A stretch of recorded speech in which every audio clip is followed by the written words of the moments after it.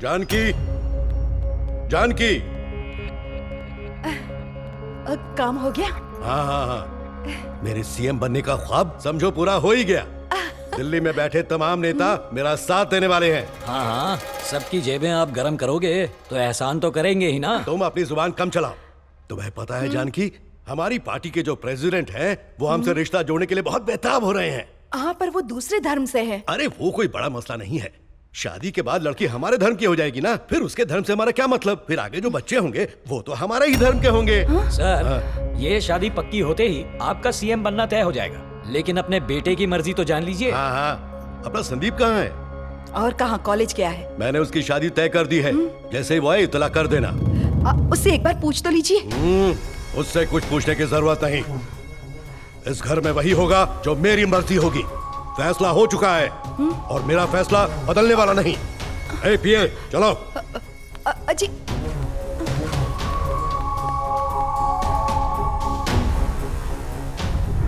मैं उषा के अलावा और किसी से हरगिज शादी नहीं करूंगा। देखो बेटा, तुम अपनी ये जिद छोड़ दो। मैंने उससे सच्ची मोहब्बत की है माँ, फिर मैं ये जिद कैसे छोड़ दूं? तुम्हारे पापा वही करते हैं जो वो करना चाहते हैं, और उनकी मर्जी के आगे किसी की नहीं चलती। ठीक है, तो वो अपनी जिद पे कायम रहें और मैं अपनी जिद पे। आपको मुझ पर भरोसा है ना माँ? पर तुम ऐसा कुछ मत करना बेटा जिससे तुम पर कोई आँच आए। मुझसे बर्दाश्त नहीं होगा।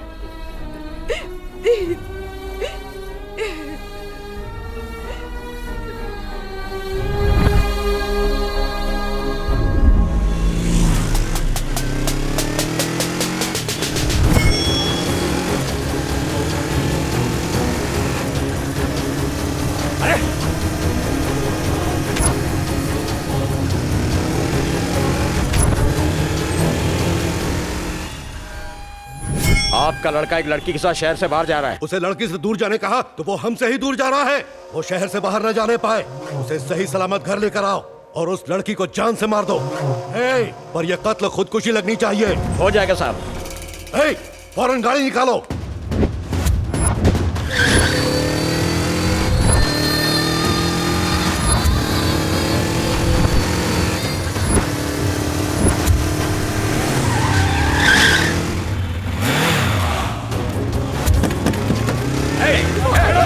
चलो जल्दी। रुकिए संदीप साहब, संदीप साहब रुकिए। रुक जाओ। आपके पिताजी ने आपको साथ लाने का हुक्म दिया है। साहब रुक जाइए। संदीप साहब रुकिए। संदीप साहब रुकिए। छोटे मालिक रुकिए। भाग रही है। रुको। कैसे चलाते हो तुम? शंभू प्रसाद। बाल कृष्ण,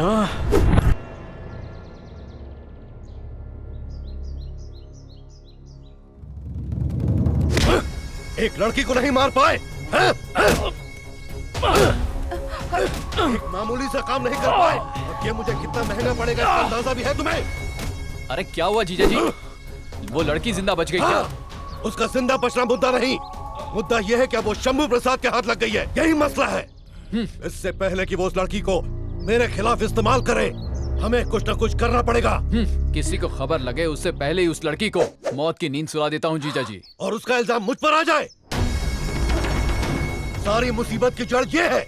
अजी, इसे तुम्हें छोड़ दीजिए इसे। मैं हाथ जोड़ती हूँ आपके। इसकी जान इसलिए बख्श रहा हूँ क्योंकि ये इकलौता है। उषा बहुत ही शरीफ लड़की है पापा। चुप, मुंह बंद कर।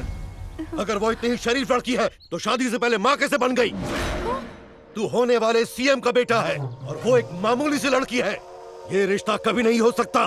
तेरी वजह से अगर मेरे सीएम बनने में कोई दिक्कत हुई तो अपने हाथों से मैं तेरा गला घोट दूंगा। दीदी, इसे अंदर लेके जाओ, फौरन ले जाओ। चल जल्दी जा। जीजा जी, उस लड़की का क्या हश्र किया जाए? इस वक्त हमारी परेशानी सिर्फ वो लड़की नहीं है, उसके साथ वो शंभू प्रसाद भी है। हमारे इन हालात का वो फायदा जरूर उठाएगा और इसके लिए हमें तैयार रहना होगा।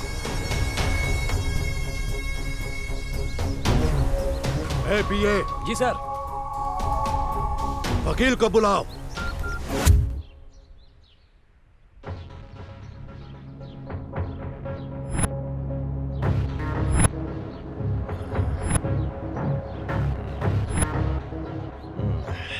मामला थोड़ा पेचीदा लग रहा है। वो लड़की अब तक कोमा में है, इसलिए उस शंभू प्रसाद ने अब तक कोई कदम नहीं उठाया। कुंडली मार के चुपचाप बैठा है वो। लेकिन जैसे ही वो लड़की कोमा से बाहर आएगी, वो मजिस्ट्रेट के सामने उस लड़की का मुंह खुलवाएगा और तुम्हारी जिंदगी पर फुल स्टॉप लगा देगा। हाँ, हालात नाजुक है, ये मुझे पता है, पर हमने तुम्हें क्यों पाल के रखा है? तुम्हारे लड़के ने उससे मोहब्बत तो की, लेकिन उसे माँ बनाने की क्या जरूरत थी? अगर वो लड़की चल बसी ना, तो शंभू प्रसाद डीएनए टेस्ट करवाकर ये साबित कर देगा कि उस बच्चे का बाप तुम्हारा बेटा है।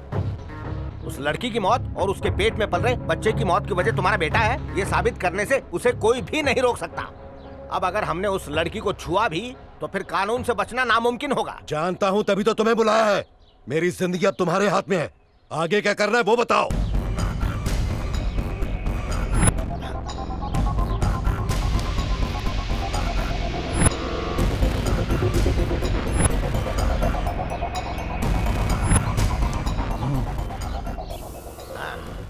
एक बात और, जैसे ही वो लड़की खत्म हो, हमारा ये प्लान अमल में आना चाहिए।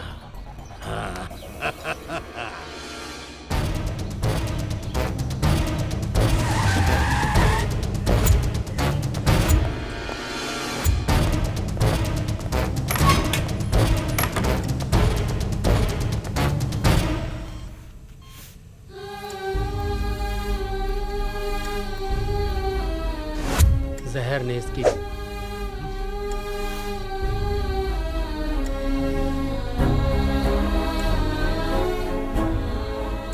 इसका जिंदा रहना जरूरी था डॉक्टर।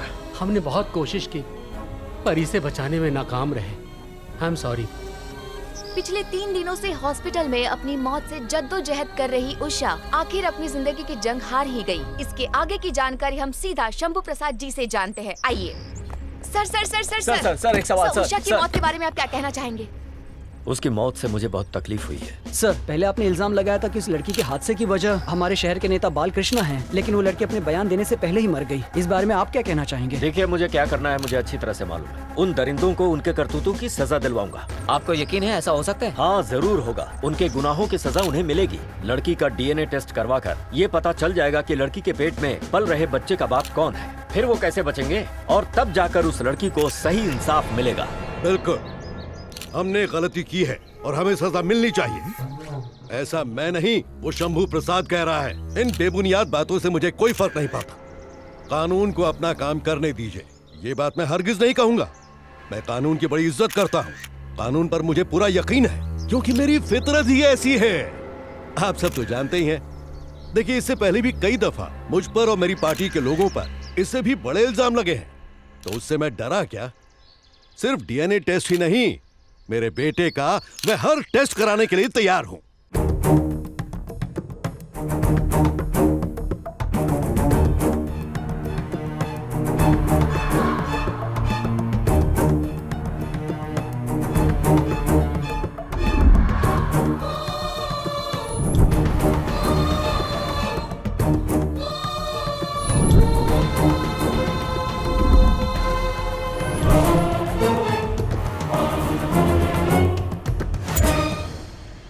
शहर का हर नागरिक उषा मर्डर केस का फैसला जानना चाहता है। अब से कुछ ही वक्त में जज साहब इस केस का फैसला सुनाने वाले हैं। अब तक इस केस में कोई भी खुलासा नहीं हुआ था। आज प्रोसिक्यूशन और वकील के बीच बहस होने वाली है उस रिपोर्ट के बारे में जो फॉरेंसिक लैब से आई है, जिसे पुलिस ने अदालत में सबूत के तौर पर पेश की है। विपक्ष के नेता शंभू प्रसाद जी ने बयान दिया था कि मंत्री बालकृष्ण और उनका बेटा गुनहगार है, लेकिन अपने आप को बेगुनाह बताने वाले बालकृष्ण पर अदालत क्या फैसला सुनाती है, इसका इंतजार करना होगा। फैसला सुनाए जाने के बाद यहाँ दोनों गुटों के बीच झगड़ा ना हो, इसलिए कोर्ट के बाहर पुलिस का बहुत तगड़ा बंदोबस्त किया गया है। तमाम सबूतों और गवाहों को सुनने के बाद प्रोसिक्यूशन के द्वारा पेश किए गए सभी साक्ष्यों को अच्छी तरह से जांच करने और डीएनए की रिपोर्ट देखने के बाद ये साबित होता है कि मौत के वक्त उषा गर्भवती थी, लेकिन उसमें संदीप का कोई दोष नहीं है। अदालत का ये भी मानना है कि उषा के कत्ल में मंत्री बालकृष्ण का कोई हाथ नहीं है। सारे इल्ज़ाम बेबुनियाद हैं। ये अदालत हुक्म देती है कि उषा को गर्भवती करने और उसका कत्ल करने में जो भी जिम्मेदार है उसे फौरन गिरफ्तार किया जाए। जीजा जी, याद है ना ये शंभू अदालत में आते वक्त कितना रौब दिखा रहा था? अब देखो शक्ल पे कैसी मायूसी छा गई है। कोई हार के नजरें कैसे मिला सकता है? और हारना तो इसकी आदत है। क्यों भाई शंभू, बार बार मुझसे हार कर भी तुम थके नहीं हो, पर मैं तुमसे जीत जीत कर थक गया हूँ। ए बालकृष्णा, नाइंसाफी की उम्र नहीं होती। कुछ वक्त के लिए भले ही नाइंसाफी इंसाफ पर हावी हो जाए, पर जीत तो सच्चाई की ही होती है। पर अब नहीं जीत सकता, ये बेकसूर है। अदालत ये बात मान चुकी है। ना वो बेकसूर है और ना ही तू ईमानदार है। और सुन लो, शायद तुम लोगों ने कोर्ट के फैसले पर गौर नहीं फरमाया। उषा का कत्ल किया गया है और कातिल को पकड़ने के लिए कोर्ट ने ऑर्डर दिया है। अभी जरूर तुम लोग बच गए, मगर इंसाफ जल्द होगा। शंभू, ज्यादा चिल्लाएगा तो दिल का दौरा पड़ जाएगा। वक्त की नजाकत को समझ, इनसे हाथ मिला ले, फायदे में रहेगा। चल। शंभू, तुम एक मामूली इंसान हो, मेरी हैसियत जानकर मुझसे बात करो। तेरी हैसियत मैं जानता हूँ। तू पॉलिटिशियन के नाम पर एक धब्बा है, बल्कि कसाई है तू, जिसे किसी कमजोर का गला काटते जरा भी शर्म नहीं आती। अपना पेट भरने के लिए तू मजबूरों के पेट पर लात मारता है। अच्छी तरह जानता हूँ तुझे।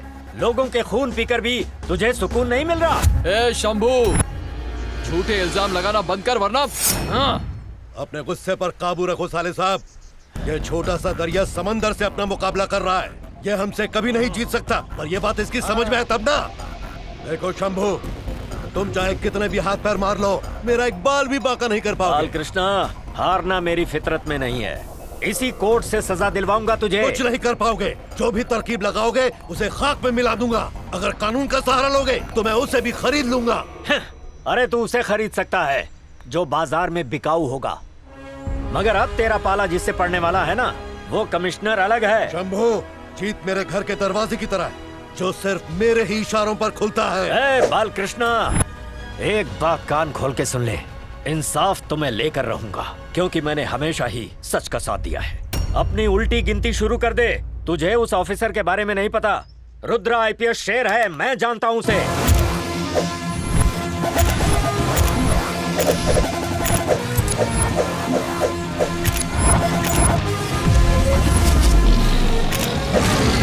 उसके पास ये केस देर से जरूर पहुंचा है, मगर सॉल्व होने में देर नहीं लगेगी। तुझे सलाखों के पीछे पहुंचाना मेरा मंसूबा है।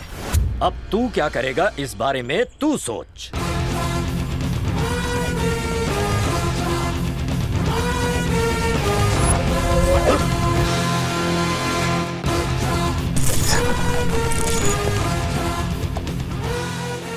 DCP Rudra reporting sir. तुम्हारा स्वागत है रुद्रा, प्लीज बैठो। शुक्रिया सर। मुबारक हो, तुम्हें सौंपा जाता है अहम और बहुत ही पेचीदा केस उषा मर्डर का। All the best. Thank you sir. एक बाइट दीजिए प्लीज। अरे अनाहुतो, तुम लोग आ गए। वो कौन है सर? बिन बुलाए मेहमान, मतलब जो बिना बुलाए ही पहुंच जाए। उषा के कत्ल के सिलसिले में जनता जानना चाहती है, पुलिस की कार्रवाई कहाँ तक पहुँची है, बताइए ना सर। क्यों, तुम लोग कुछ नहीं जानते? आपका क्या मतलब है सर? पुलिस से ज्यादा जानकारी तो तुम लोगों के पास होती है, तो बेहतर है खुद ही समझ लो। कौन क्या समझता है और क्या नहीं समझता ये आप रहने दीजिए। इस केस में आप क्या करेंगे ये बताइए। आपका क्या ख्याल है, इसके पीछे कौन हो सकता है? अभी अभी तो केस हाथ में लिया है, तो क्या मुजरिम को तुरंत हथकड़ी पहना दूं? हमारा वो मतलब नहीं था सर।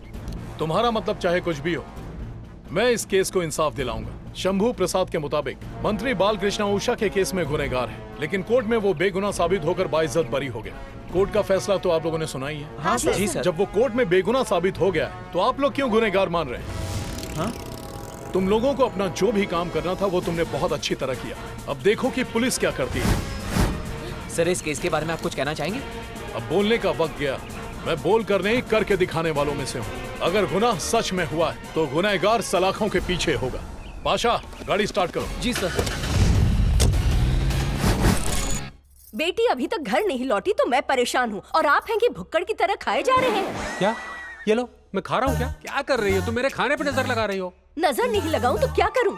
शांता, शांत शांत। पहले आकर यहाँ सुकून से बैठो। बैठ जाओ। अब बताओ, तुम किस बात को लेकर इतना परेशान हो? मुझे परेशानी बताओ। घर में जवान बेटी है और आप यहाँ खाने में लगे हुए हैं। ज्यादा फिक्र करोगी तुम्हें टेंशन होगी, टेंशन से बीपी बढ़ेगा और बीपी बढ़ेगा तो शुगर हो ही जाएगी। अब मेरी फिक्र छोड़कर शर्मा जी को फोन करके रिश्ते की बात कीजिए। शांता, मैं कई बार फोन कर चुका हूँ पर वो फोन उठाता ही नहीं। अब मुझे माफ करो। बेटी हमारी है तो उसकी शादी के लिए कोशिश भी तो हमें ही करनी पड़ेगी। अब दोबारा फोन कीजिए। ऐसी बात है तो ठीक है, मैं संभाल लूंगा, तुम जाओ। अरे वो क्यों लेकर जा रही हो? पहले हेलो? बात करो। हेलो, मिलन कुमार है क्या? हमारा नाम मिलन कुमार नहीं, मिलन शर्मा है। अच्छा, तो ये नाम है? हाँ जी, हमारा नाम मिलन शर्मा और काम सबकी जोड़ी बनाना। तुम्हारी जरूरत क्या है? वर चाहिए या वधू चाहिए? हमें वर चाहिए। मेरी बेटी के लिए कोई अच्छा सा रिश्ता बता दीजिए। देखो, मैं सिर्फ रिश्ता बताता नहीं हूँ, सीधा शादी करवाता हूँ। अच्छा ठीक है ठीक है। आपके पास व्हाट्सएप है क्या? अपनी बेटी की तस्वीर भेजता हूँ। देखो, फोटो का जमाना गया, लाइव चैट का वक्त आ गया, क्योंकि आजकल लड़के लड़कियाँ शादी से पहले ही मिलके वक्त गुजार लेते हैं। इसीलिए देखा देखी न करवाकर सीधा मैं शादी करवाता हूँ और मेड फॉर ईच अदर बना देता हूँ। अच्छी बात है। अगर आप मेरे घर तशरीफ लाते तो आपको बेटी से मिलवा देता। अरे पहले लड़की का हुलिया तो बताओ, अगर सामने वाले को पसंद नहीं आया तो सबका वक्त तो बर्बाद नहीं होगा। लगता है इस पंडित की अकल ठिकाने लगानी पड़ेगी। ठीक है, सुनिए, लड़की की हाइट 5.7 है, वेट 5'7". हुलिया तो ठीक लग रहा है, अब सूरत के बारे में बता दो। है क्या? उसकी आंखें, उसकी नाक, उसके होठ और पूरे चेहरे के बारे में बताओ। एकदम चांद का टुकड़ा है।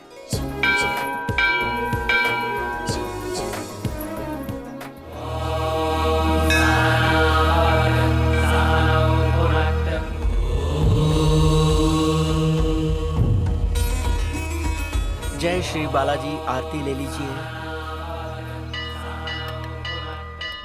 आज के जमाने में भी लड़कियां साड़ी पहनती हैं। ये देखकर बहुत अच्छा महसूस हो रहा है। एक मिनट, आपने तारीफ की तो क्या लगा मैं दक्षिणा दूंगी? बिल्कुल नहीं, मैं दान पेटी में ही डालूंगी। अच्छा एक बात बताइए, आपने मेरी पूजा अच्छे से करवाई है ना? जी बिल्कुल, यही तो हमारा काम है। पर मेरी ख्वाहिश तो पूजा के बावजूद भी पूरी नहीं क्या? है। खैर छोड़िए, मैं अपनी ख्वाहिश खुद ही पूरी कर लूंगी। खामखा भगवान को क्यों तकलीफ दूं?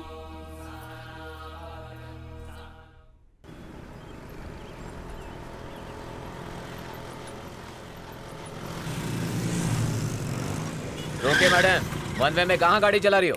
अब चालान कटेगा। अपना लाइसेंस दीजिए। हेलो सर, चालान तो आपका कटना चाहिए। आप खुद वन वे में घुसाए और चालान मेरा काट रहे हैं। ये सिर्फ जाने का रास्ता है। आप लोगों के लिए। और आपके लिए? एक ट्रैफिक पुलिस को ट्रैफिक के रूल समझाने की कोई जरूरत नहीं है। मतलब एक ट्रैफिक वाला रूल्स तोड़े तो कोई दिक्कत नहीं। क्या ट्रैफिक रूल्स पुलिस के लिए नहीं है? शॉर्टकट इसलिए लिया ताकि ड्यूटी पर जल्दी पहुंच सकूं। जल्दी पहुंचने के लिए गलत रास्ता ले लेंगे? अरे बहुत घूमना पड़ेगा। चाहे जितना भी घूमना पड़े, रास्ता हमेशा सही लेना चाहिए। मैडम प्लीज मामला समझिए ना मैडम, प्लीज। कोई बहाना नहीं, मैं एक जिम्मेदार नागरिक हूँ, रूल्स फॉलो करती हूँ। वापस जाइए, वापस जाइए। पता नहीं किस मनुष्य की शक्ल देख के उठा था। सबक सिखा दिया। क्या शर्मा जी, आप इनके फोन का जवाब ही नहीं देते? हमने जवाब इसलिए नहीं दिया क्योंकि मेरा शेड्यूल बहुत बिजी था। बिजी था या दिखावा कर रहा था? दिखावे की मुझे कोई जरूरत नहीं है, मेरा काम दुल्हा दुल्हन दिखाना है। हाँ। आप आए अच्छी बात है, पर लड़के वाले आ रहे हैं कि नहीं? वो तो आने के लिए कब से बेकरार हैं। अगर आपकी बेटी की मर्जी हो जाए तो वो लोग कल ही हाजिर हो जाएंगे यहाँ पर। बस बेटी से हामी भरवा दीजिए। गौरी इधर आओ। शर्मा जी तुम्हारे लिए रिश्ता लाए हैं। किससे पूछ के लाए हैं? मैंने तो इन्हें लाने के लिए नहीं कहा था, फिर क्यों लाए हैं? अब आप ही इसे समझाइए। कुछ नहीं बेटी, बस एक अच्छा सा रिश्ता आया है तुम्हारे लिए। लड़का निहायत ही शरीफ है और वॉशिंगटन में बड़ी पोस्ट पर है। परिवार भी बड़ा नेक और मिलनसार है। अगर तुम मिलन के लिए हाँ कर दो तो वो भी मिलने को तैयार है। फिर क्या, उसके 1 महीने बाद शादी और उसके बाद अमेरिका में सेटल। फिर बच्चे कितने करने हैं इसका फैसला तुम दोनों लेना। इतनी सी बात है। हाँ हाँ, बस और क्या। कल का मुहूर्त बहुत अच्छा है, आप उन्हें कल ही बुला लीजिए। शर्मा जी, मुझे इसकी शादी करनी है, बस ये रिश्ता तय करवाइए। देखकर लग नहीं रहा ये मामला इतनी आसानी से तय होगा। आपकी बेटी के मिजाज कुछ ठीक नहीं लग रहे हैं मुझे। लगता है मेरा वक्त बर्बाद होने वाला है। अब तो ये शादी ऊपर वाले की मर्जी पर है। अब ये शादी ऊपर वाले की मर्जी से ही होगी, ऐसा फरमा गए हैं वो। बेटी को संभालूं या बाप को संभालूं, अब तो ऊपर वाले तेरा ही सहारा है।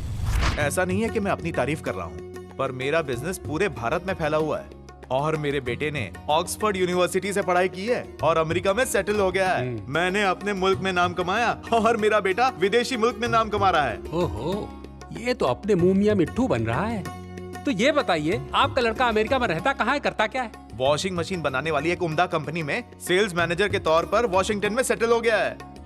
वॉशिंगटन में मतलब वॉशिंग मशीन बेचता रहता है। अंकल, उन्हें मुझे बेचने की जरूरत नहीं। क्या बकवास है, मेरे नीचे बहुत लोग काम करते हैं। इनकी बातों का बुरा मत मानो। शर्मा जी, गौरी के बारे में बताइए ना। हाँ, हमारी लड़की हर मामले में सर्वगुण संपन्न और किसी से कम नहीं है। पढ़ने लिखने में होनहार और काम में भी बहुत ही फुर्तीली है। दिया लेकर ढूंढने पर भी ऐसी लड़की नहीं मिलने वाली। बाकी बातें आप लोग खुद तय कर लीजिए। हमारे बेटे के लिए हमें अच्छी बहू चाहिए। क्या बात है। हमारा एक ही बेटा है और आपकी भी एक ही बेटी है। आप जो भी देंगे हम खुशी खुशी ले लेंगे। आखिर बच्चों की खुशी में ही तो माँ बाप की खुशी होती है ना। हमारी भी यही राय है। बेटा, तुम भी बेझिझक कुछ पूछ सकते हो। देखिए, मुझे तो ये रिश्ता मंजूर है, इसीलिए मुझे कुछ पूछने की जरूरत नहीं। लेकिन अगर आपको कुछ पूछना है तो बेझिझक पूछ सकती है। तो मैं जो मर्जी पूछ सकती हूँ? क्यों नहीं, जरूर। आपका खुद का घर है? हाँ। यहाँ नहीं, वहाँ अमेरिका में? नहीं। कार? हाँ। यहाँ नहीं, वहाँ? नहीं। कोई गर्लफ्रेंड है क्या? नहीं, वहाँ भी नहीं और यहाँ भी नहीं। मतलब आपके दोस्तों में कोई लड़की नहीं है? नहीं, मैं किसी भी लड़की से मेलजोल नहीं रखता। वाइफ से भी नहीं रखोगे? हाँ। गौरी, मेरे दोस्तों में लड़के भी हैं और वो मेरे बहुत करीबी दोस्त हैं, जिनसे मैं दोस्ती तोड़ नहीं सकती। कल को अगर शादी के बाद तुमने मुझे उनसे रिश्ता तोड़ने को कहा तो मैं तुमसे तो रिश्ता तोड़ सकती हूँ, पर उनसे किसी कीमत पर नहीं। अगर तुम्हें मंजूर हो तो बताओ। आखिर तुम चाहती क्या हो? यही कि शादी मैं अपनी मर्जी से करूँगी, आपकी मर्जी से हरगिज नहीं। आप ही समझाओ इसे। अब मैं क्या समझाऊं जी? उस बाप ने कितनी फिजूल की बातें की। लड़का अमेरिका जाएगा, वहाँ फिजूल की बातें करेगा, इसलिए उन्हें भगा दिया। इसमें इसकी क्या गलती?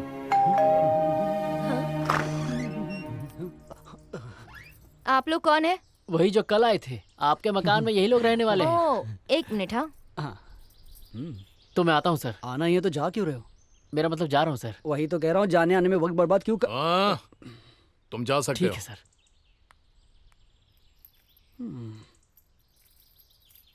आइए। तुम लोग बैचलर्स हो क्या? बचपन से। ये पूरा हॉल है। वैसे कुछ खास नहीं है। बस इसी वजह से मैंने पापा को बैचलर्स को घर देने से मना किया था। उन्होंने आपकी बात मानी नहीं। तुम्हारी कुछ ज्यादा बोलने की फितरत नहीं है? मेरी माँ का भी यही कहना है। इस घर में बैचलर्स वाली हरकतों पर पाबंदी है। जरा गहराई से समझाएंगे? मतलब शराब पीना, सिगरेट पीना, ये अच्छा। सब हरकतें करोगे तो घर छोड़कर जाना पड़ेगा। ओह। कोई भी गड़बड़ नहीं होनी चाहिए, बिल्कुल शरीफों की तरह रहना होगा, समझ गए? उन्हें बात करना पसंद नहीं क्या? मैं सही मौके पर एकदम सही बात करता हूँ। बोल तो ऐसे रहा है जैसे कमिश्नर हो। Sir, deputy commissioner of police ही हैं। पर मैं एक बात बता दूं, पुलिस वालों से मुझे कोई डर नहीं। तुमसे किसी ने पूछा? पूछते तभी यही बोलती। आखिरी रूल सुन लो, फरमाइए। पानी कम यूज करना और बिजली जितनी जरूरत हो। अपनी रूल बुक भिजवा देना। समझते क्या हो तुम? बादशाह, इन्हें रास्ता दिखाओ। जो हुक्म। ए रुको। क्या मतलब, मुझसे कुछ कहा? वो कह रहे तशरीफ ले जाइए। अभी तो जा रही हूँ, लेकिन मेरी बातें याद रखना। बॉस, इनसे तो संभल के रहना ही बेहतर है। बादशाह। आया।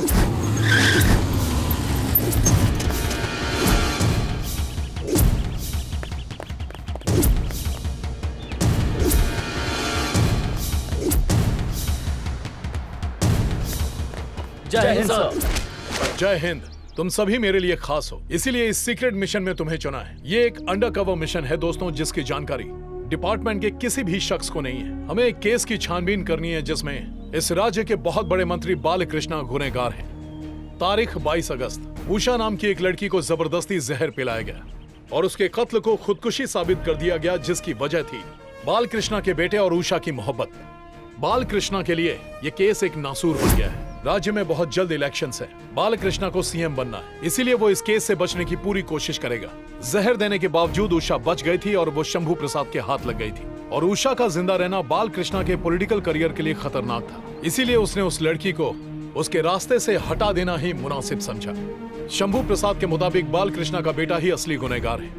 इस केस में मौजूदा सबूत, गवाह, सारे लीगल डॉक्यूमेंट्स बालकृष्ण के बेटे संदीप को बेगुनाह साबित कर रहे हैं। तो ये एक पेचीदा केस है। सर, फिर आप ही बताइए इस मसले को कैसे सुलझाया जाए? सर, सारे सबूत और गवाह पहले से उनके हक में है, तो हमें कोई और तरीका निकालना पड़ेगा। मेरे ख्याल से अपने राजनीतिक फायदे के लिए किसी का भी कत्ल करना इंसानियत के खिलाफ है सर। बिल्कुल सही फरमाया। एक तरकीब है बॉस, किसी की भी बुरी आदत जाननी हो तो उसके करीब जाना जरूरी है। वैसे ही इन अमीरों के लिए इनके चापलूसों की गर्दन पकड़नी होगी। आप कहें तो कर सकते हैं। हाँ, जरूर कर सकते हैं। बादशाह, हाँ बोलिए बॉस। बाल कृष्णा के शागिर्द कब कहाँ किस वक्त किस जगह जाते हैं उनमें जाके मिल जाओ। मतलब उन पर नजर रखो। हमें उनके हर कदम की पुख्ता खबर मिलती रहनी चाहिए, जिससे हम उनसे हर वक्त एक कदम आगे रहें। जी किशोर। जी सर। अगस्त 22 से 24 तक उषा, संदीप, बाल कृष्णा, सत्या, इन सब की कॉल डिटेल्स निकलवाओ। आदित्य सर। बाल कृष्णा का जो पीए है उस पर भी अपनी पैनी नजर रखो। सुरेश। Yes sir. उषा जिस कॉलेज में पढ़ती थी, जिस हॉस्टल में रहती थी और जिन दोस्तों से मिलती थी, उन सब से मिलो और उनसे जानकारी निकालो कि उषा और संदीप के बीच का रिश्ता कैसा था। मुझे ये सारी इंफॉर्मेशन फौरन चाहिए। इस बात का ख्याल रहे कि तुम्हारे बारे में किसी को खबर ना हो। All the best. ए वकील, रुद्रा ने आते ही मीडिया वालों को तो अपना रौब दिखा दिया। मेरे सामने ये जुर्रत करेगा? अरे तुम्हारे सामने कैसी भी जुर्रत करे, उसके लिए मैं हूं ना तुम्हारे साथ। अच्छा, चाहे कैसी भी नौबत आ जाए, तुम्हारे पास उसका जादुई इलाज है क्या? तुमने कभी सुना नहीं है क्या? दुश्मन को कभी कमजोर मत समझो। आप तो इसकी तारीफ में कसीदे पढ़ रहे थे, लेकिन इसमें वो बात नहीं है। मेरे साले को कम मत आंकना। तुम पहले मेरे सवाल का जवाब दो। उस रुद्रा की खबर निकाली या नहीं? अरे रुद्रा अलग खेत की मूली है, न किसी से डरता है न किसी से मिलता है। उसके ही पीछे क्यों पड़े हो? उसके किसी भी टीम मेंबर को खरीद कर अपनी तरफ करने के लिए कहा था ना। हमें रुद्रा के हर कदम की खबर होनी चाहिए। मैंने पता करने की कोशिश तो की थी, लेकिन उसकी टीम में कौन कौन है इसकी खबर कमिश्नर तक को नहीं है, तो मैं खबर कहां से निकालूं? क्या है ये रुद्रा? एक मामूली आईपीएस है और मैं होने वाला सीएम। मुझे एक बात बताओ, अगर वो अपनी मर्जी चला रहा है तो कमिश्नर क्या कर रहा है, डीजीपी क्या कर रहा है, और तो और होम मिनिस्टर क्या कर रहा है? उसे शो कॉज नोटिस देकर इस केस से हटा दिया जाए और पूरा चैप्टर ही बंद कर दिया जाए। अरे इन फिजूल की बातों में कुछ नहीं रखा है। रुद्रा ने अब तक जितने भी केस हाथ में लिए उन सभी में उसे जीत ही मिली है। तुम उसके वकील हो या फिर मेरे सामने उसकी तारीफ करना बंद करो। उसके बारे में सच बोल रहा हूँ तो तारीफ समझ रहा है, अगर इसका सच बताया तो मेरी कब्र ही खोद देगा। जीजा जी, आप क्यों इतना परेशान हो रहे हो? हम तो अदालत की नजरों में बेगुनाह साबित हुए हैं। ये मुझे क्यों कह रहा है? इस गधे को समझाना। जवाब दो वकील। बेगुनाह साबित हुए हो, केस खत्म नहीं हुआ है, इसलिए हर कदम फूंक फूंक के रखो। कोई भी ऐसी वैसी हरकत की ना तो बाद में पछताना पड़ेगा। साले साहब। हाँ जीजा जी। ये लॉयर बिल्कुल निकम्मा है। उस रुद्रा पर अपनी पैनी नजर रखो, पूरी टीम की खबर निकालो, फिर किसी एक को पकड़कर उस पर 3rd डिग्री का इस्तेमाल करो, वही सारी बातें उगल देगा। हो जाएगा। तो किसी काम का? किसी काम के नहीं।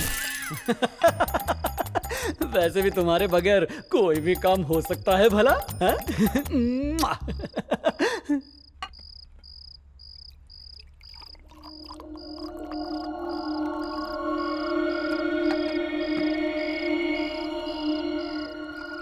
ओहो। बॉस, ये लीजिए।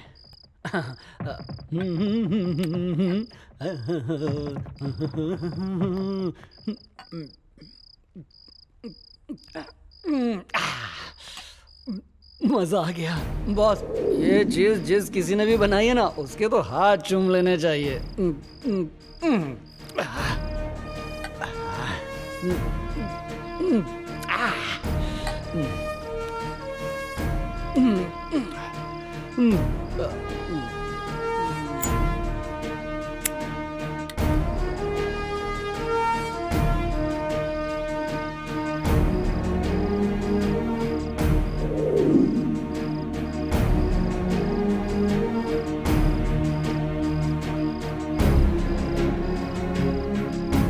बस आज के बाद से ना मैं कभी इस चीज को हाथ नहीं लगाऊंगा।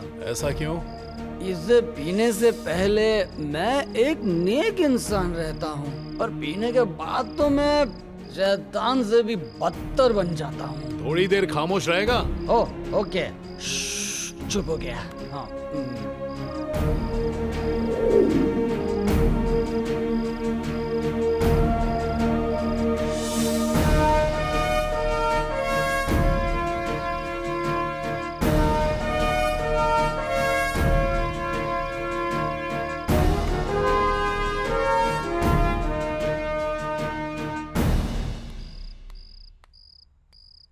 हेलो। हाँ, और एक पैक बनाऊं क्या बॉस? जो आया है वो तेरा बॉस नहीं, इस घर का बॉस है। तो आप हैं। वार्निंग देने के बावजूद भी तुम लोग यहाँ सरेआम पी रहे हो। पुलिस हो तो कुछ भी करोगे। जवाब दो। हाँ, ये जवाब देंगे। क्या मसला है? ये यहाँ शराब पी रहा है और तुम इसे रोकने के बजाय मुझसे सवाल पूछ रहे हो। तुम्हें क्या लगा तुम पुलिस वाले हो तो अपनी मर्जी से कानून चलाओगे? तुम लोगों को बता दूं, मेरे डैड मिलिट्री वाले हैं। अगर ये बात उन्हें पता चली ना तो जैसे दुश्मनों को गोली से उड़ाया था वैसे तुम दोनों को भी उड़ा देंगे। अच्छा, तुम्हें पूरा यकीन है? हाँ, पूरा यकीन है।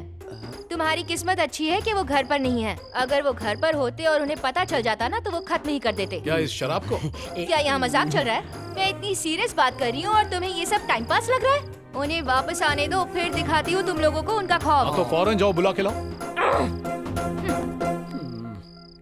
किसी भले इंसान ने क्या खूब फरमाया है, मोहब्बत की शुरुआत तकरार से ही होती है।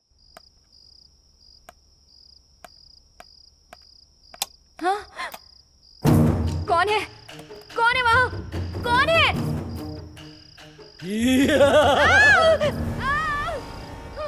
ये आवाज कैसी? पाशा, कौन चीख रहा है ये? मैं ही देखता हूँ। चिल्ला क्यों रही थी? मुझे अंधेरे से डर लगता है। इतनी बड़ी होके डरती हो? तुम्हारे माँ बाप कहाँ हैं? वो किसी काम से बाहर गए हैं। डरो मत। पाशा। जी बॉस। जरा देखना फ्यूज उड़ा है क्या? अभी देखता हूँ। लाइट आ गई। नहीं, फिर से चली गई तो? अब नहीं जाएगी। वो अंधेरे से थोड़ा डर लगता है।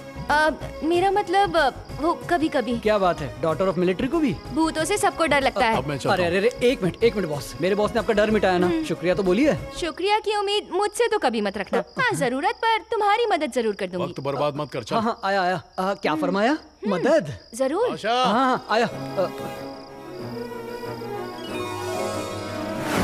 बॉस, बालकृष्ण का जितना भी गैर कानूनी धंधा है उससे उसका साला संभालता है। बालकृष्ण की पत्नी के बारे में पता चला वो एक बहुत अच्छी हाउसवाइफ है। उषा के कॉलेज से भी ये बात सामने आई है कि वो एक शरीफ लड़की है। उषा और संदीप एक दूसरे से सच्ची मोहब्बत करते थे, उनके बीच कोई तकरार नहीं थी, इसलिए अलग होने का सवाल ही पैदा नहीं होता। वैसे मैंने उनके तमाम कॉल डिटेल्स चेक कर लिए हैं सर। अगस्त महीने के 22 से लेकर 24 तारीख के बीच उषा, संदीप, बालकृष्ण, सत्या, इन चारों के बीच की कड़ी है राकेश, जो सत्या का बहुत ही खास आदमी है सर। इसलिए मेरे ख्याल से हमारा निशाना वही होना चाहिए सर। बालकृष्ण के मुख्यमंत्री बनने की चाहत है, इसलिए सरकार पर अपनी हुकूमत चलाने वाले विजय सिंह की बेटी के साथ वो अपने बेटे संदीप की शादी कराना चाहता है।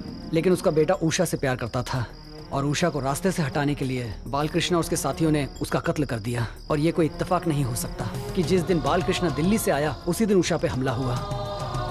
उषा पर हमला के एक दिन पहले सत्या के खास आदमी राकेश की सत्या के साथ फोन पर काफी देर बात हुई। इतना ही नहीं, जब हमने राकेश के फोन डिटेल्स खंगाले, हर एक दिन सुबह, दोपहर, शाम, रात उन दोनों के बीच बस एक ही बात होती थी, किसी मिडिल क्लास हाउसवाइफ के बारे में। और हमने इस हाउसवाइफ की जानकारी निकालने की बहुत कोशिश की, लेकिन कुछ पता नहीं चला। इस हाउसवाइफ का इस केस से क्या रिश्ता है कुछ समझ नहीं आ रहा और हमारी इन्वेस्टिगेशन यहीं पर रुक गई। राकेश का पता? मेहंदीपुर, गली नंबर 25।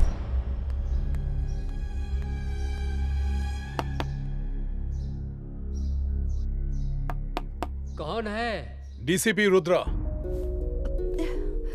आइए बैठिए। राकेश और तुम्हारे बीच क्या ताल्लुक है? अरे कुछ नहीं, हमारे परिवार से उसका कोई ताल्लुक नहीं है। जब राकेश हमारे पास था तो उसे नेक लड़का समझकर 5 लाख रुपए उधार दिए थे। ये मेरी बेटी दीपिका है। वो 5 लाख हमने इसकी शादी के लिए जमा किए थे। बेटी की शादी के वक्त पैसे वापस मांगे तो? बुड्ढे! अरे नहीं, क्या कर रहे हो? छोड़ दो इन्हें। मैंने पैसे लिए थे, ये बात इसने जाहिर कर दी। वो तो ठीक है, लेकिन पुलिस को बताएगा तो ठीक नहीं होगा। किसी को जिंदा नहीं रहने दूंगा। मेरी बेटी की शादी तय हो गई है, पैसों की सख्त जरूरत है। सूद मत दो, बस असल वापस कर दो। अरे सूद छोड़ो, असल भी नहीं दूंगा। अपने बैंक में नो आउटगोइंग, ओनली इनकमिंग। और हाँ, अगर पैसे नहीं है तो बेटी की शादी का ख्याल क्यों रख रहे हो? सासू माँ, शादी की तैयारी करवाओ और अपनी बेटी को तमीज सिखाओ। प्यार से मानी तो ठीक है, वरना दूसरे तरीके भी आते हैं। अब क्या करेंगे जी?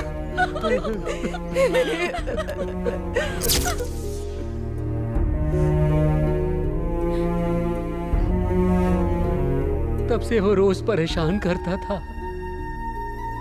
अभी कुछ दिनों से नहीं दिख रहा है, वरना सुबह से लेकर रात तक वो दिन में हजारों दफे फोन कर करके शादी करने के लिए धमकाता था। घबराने की कोई जरूरत नहीं।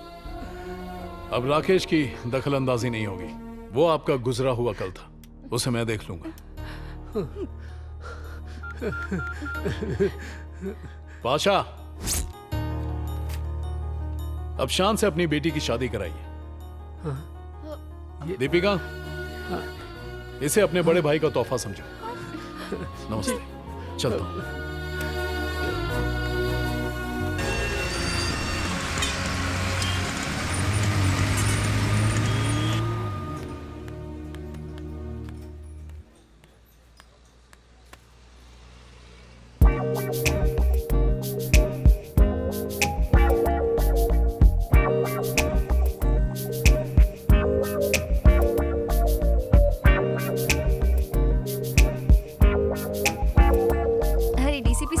यहाँ कैसे? तुमसे ही मिलने आया हूँ। हाँ, मुझसे मिलने? एक जरूरी काम था तुमसे। एक आइसक्रीम देना। जरूरत नहीं है। ये आइसक्रीम मेरी तरफ से है। हमेशा आपका दिमाग गर्म ही रहता है ना, आइसक्रीम खाने से थोड़ा ठंडा हो जाएगा। ठंडा मुझे नहीं, तुम्हें ठंडे दिमाग से मेरी बात सुननी। एक लड़की है दीपिका। कोई भी जिंदा नहीं रहेगा। ये सब जान के आपका खून नहीं खौला? खौला तो बहुत। तो अब हाथ पर हाथ रखने से कुछ नहीं होगा, उसे सबक सिखाना ही चाहिए। इसी सिलसिले में तुम्हारी मदद चाहिए। मैं तैयार हूँ, बताइए क्या करना है।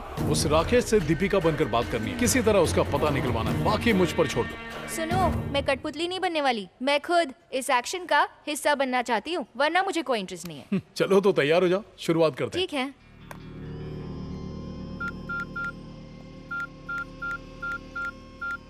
रिंग हो रही है। ये गौरी कौन है? कोई हसीना ही होगी, देखता हूँ उससे बात करके। हाय गौरी। कहो ये तुम्हारे दोस्त का फोन है। हाँ ठीक है ठीक है। गौरी नहीं, दीपिका बात कर रही हूँ। मैं भले ही छोटा मोटा गुंडा हूँ, लेकिन स्मार्टफोन इस्तेमाल करता हूँ। कॉलर आईडी पे तेरा नाम आ गया है, हल्के में मत लेना। मेरे फोन में बैलेंस नहीं था, इसलिए दोस्त का मोबाइल इस्तेमाल कर रही हूँ। मैं दीपिका ही हूँ, मेरी बात का यकीन करो। ठीक है मान गया। रुको रुको, आखिर तुमने मुझे फोन क्यों किया? मुझे तुमसे मिलना है। क्यों? शादी करने का इरादा है क्या? फिलहाल इरादा तो कुछ और है। तो फिर? देख, तुझसे शादी तो मैं किसी कीमत पर नहीं करने वाली, तो अपनी ये ख्वाहिश तो भूल ही जाओ, ये कभी पूरी नहीं हो सकती। पर क्यों? अचानक इतनी हिम्मत कहाँ से आ गई? जो पैसे पिताजी ने तुम्हें दिए थे वो अब नहीं चाहिए। लेकिन याद रख, मैं तुझे नहीं छोड़ूंगा। मुझे अच्छे से मालूम है तू मुझे नहीं छोड़ने वाला, इसीलिए एक आखिरी बार मिलकर हिसाब किताब पूरा कर लेते हैं। ठीक है, कब, कहाँ? उसे बोलो आज, इसी वक्त। ओके, मैं आज ही तुमसे मिलूंगी, जगह बता दो। अरे वाह, मुझे यकीन नहीं होता कि तुम भी मुझसे मिलने के लिए बेकरार हो। आज तो दावत होगी, तुम फौरन यहाँ आ जाओ। पता बताओ।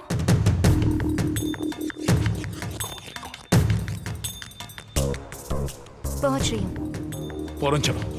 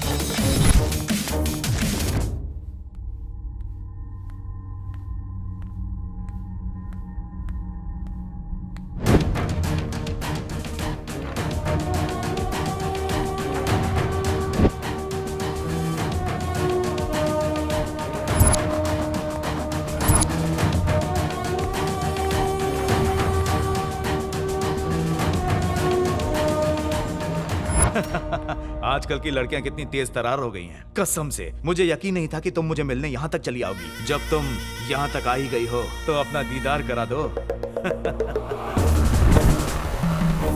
अगर इसे एक भी खरोंच आई तो तेरी कब्र यहीं खोद दूंगा। भागना नहीं चाहिए। रोक, कहाँ भाग रहा है? भागेगा? रुक जा।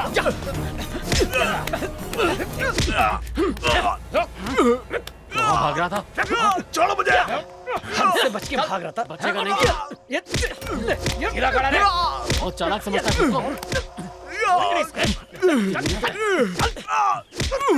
पाशा, जा इसे सेफली घर छोड़ दे। इसका अकेले जाना ठीक नहीं। मेरी चिंता मत करो, मिलिट्री वाले की बेटी हूँ, ख्याल रख सकती हूँ। मुझे तुम पर नाज है। बहुत बहुत शुक्रिया। डालो इसे गाड़ी में। घर पहुंच के बता देना।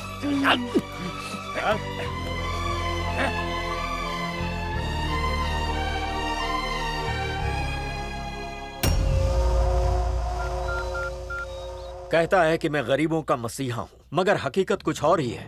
मुफ्त में राशन दिलाने की बात करता है, मगर उसी की कालाबाजारी करता है। आप सभी को घर दिलाने के नाम पर सरकार से पैसे मंजूर करवाता है और फिर उन्हें अपने बिजनेस में लगाता है। आपके हक के पैसों को छीनकर बड़े बड़े मॉल बनवा रहा है। अरे जिस पॉलिटिशियन को आप लोगों ने अपना कीमती वोट दिया, वो आपकी सेवा न करके सिर्फ अपने मंसूबों को पूरा कर रहा है। अगर अब भी आप लोगों ने नहीं सोचा तो उसकी फितरत नहीं बदलेगी, आपका जीना मुश्किल कर देगा वो। इस नाइंसाफी के खिलाफ मैं आपके साथ हूँ। क्या आप मेरे साथ हैं? जवाब दीजिए। जी, हम आपके साथ हैं। ये हुई ना बात। हेलो, क्या कहा? तुम्हें यकीन है? अच्छा, ठीक है, मैं देखता हूँ। हाँ, मैं निकल गया, आ रहा हूँ। गाड़ी स्टार्ट करो, देर मत करो, जल्दी चलो, जल्दी।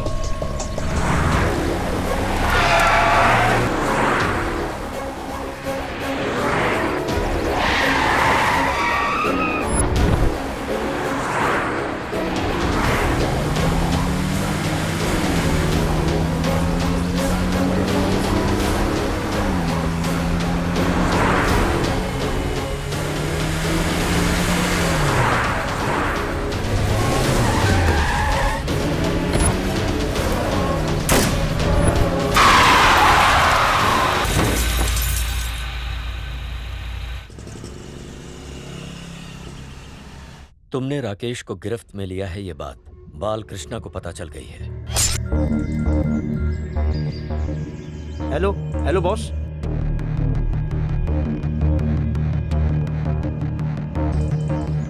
कैसे हाथ लगा वो तो अंडरग्राउंड था ना। उसे बाहर आने के लिए किसने कहा? कोई बड़ी वजह होगी तभी बाहर आया होगा, वरना मरने का शौक किसे होता है। मगर मुद्दा ये है कि रुद्रा को उसकी खबर कैसे लगी। रुद्रा को बाद में देखेंगे, पहले राकेश को खत्म करो। अगर उसने मुंह खोल दिया तो तुम फंस जाओगे। हाँ जीजा जी, उसके मुंह खोलने से पहले ही मैं उसको ठिकाने लगा दूंगा। अभी उसे खरोंच भी आई तो इल्जाम सीधा तुम पर आएगा।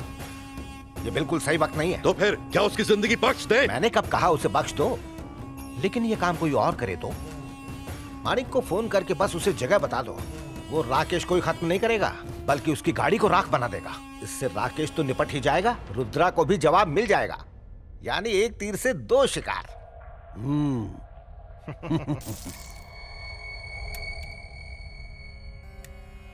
फोन दे इधर।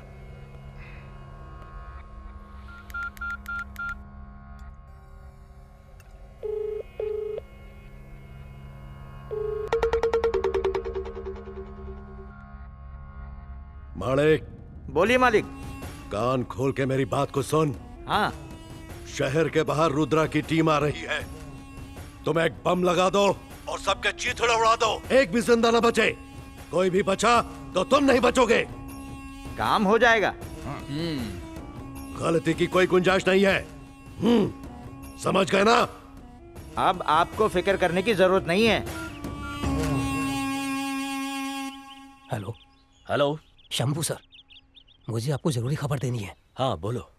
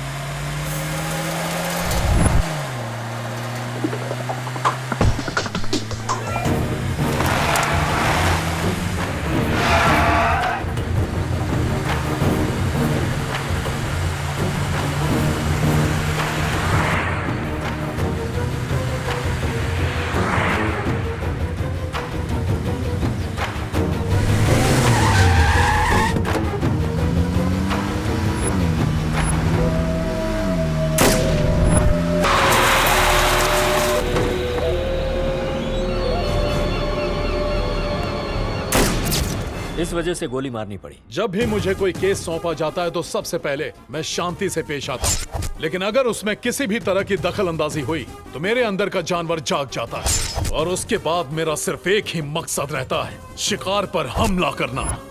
अभी तक उस बाल कृष्णा का सामना मामूली पुलिस वाले से हुआ होगा, लेकिन अब उसका सामना एक खूंखार शेर से होने वाला है। ये हुई ना बात, मुझे तुमसे यही उम्मीद थी। सजा दो उसे।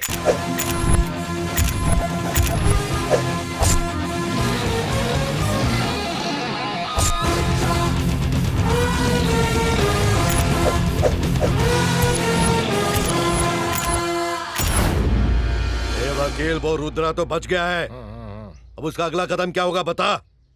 होना क्या है, जिंदा रहना चाहता है तो भाग जाएगा और मरना चाहता है तो यहाँ आ जाएगा।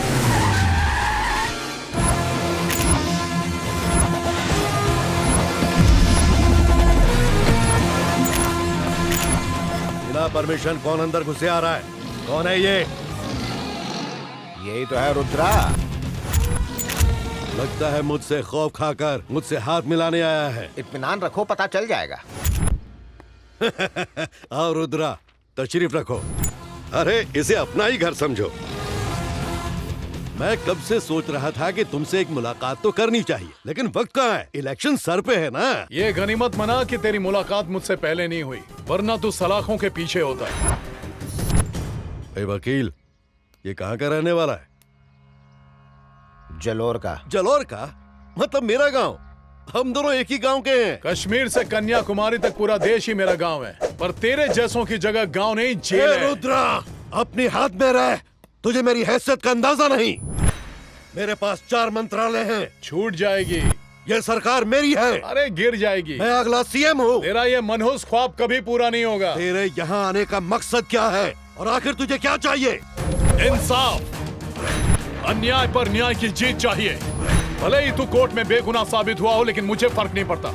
तूने ऑन ड्यूटी पुलिस ऑफिसर पर हमला करवाया। हमला? तुझ पर हमला कराने की मुझे क्या जरूरत पड़ी है? राकेश। कौन है वो? सड़क छाप गुंडा है। हाँ, वही सड़क छाप गुंडा। अब वही तुम्हारी कब्र खोदेगा, और अब ज्यादा होशियारी की तो ये डंडा देख रहे हो? ए रुद्रा, जानता है तू किससे उलझ रहा है? यहाँ मेरी हुकूमत है। सिर्फ 5 साल के लिए यहाँ ताउम्र। जो कह रहे हैं साफ साफ बोल। संदीप कहाँ है? संदीप क्यों? कोर्ट का फैसला आते ही वो विदेश चला गया है। तुझे क्या लगा मैं यहाँ जनगणना करने आया हूँ कि तू जो कहेगा मैं लिख लूंगा? मैं यकीन से कह सकता हूँ कि तूने संदीप को कहीं छुपा रखा है। अब तेरी बेहतरी इसी में है कि अपने बेटे को मेरे हवाले कर दे, वरना तेरी खैर नहीं।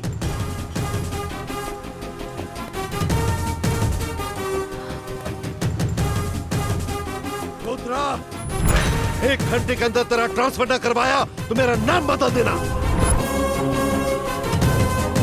तो अपने लिए कोई दूसरा नाम ढूंढना शुरू कर दे, क्योंकि तेरी उल्टी गिनती अब शुरू हो गई है।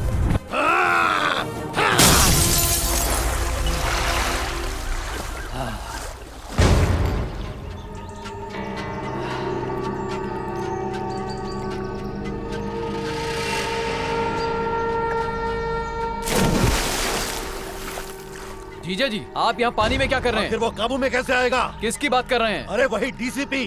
कौन वो? रुद्रा। मैंने उसे खत्म करवाना चाहा और वो बच गया। कैसे बच गया? उसे देखते ही मेरा खून खौल जाता है। उसकी आंखों में मेरे नाम का खौफ चाहिए मुझे।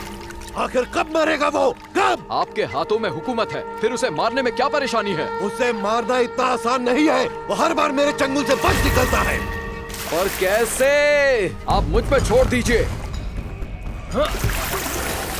मेरे रहते आपको चिंता करने की कोई जरूरत नहीं है। आप आइए मेरे साथ।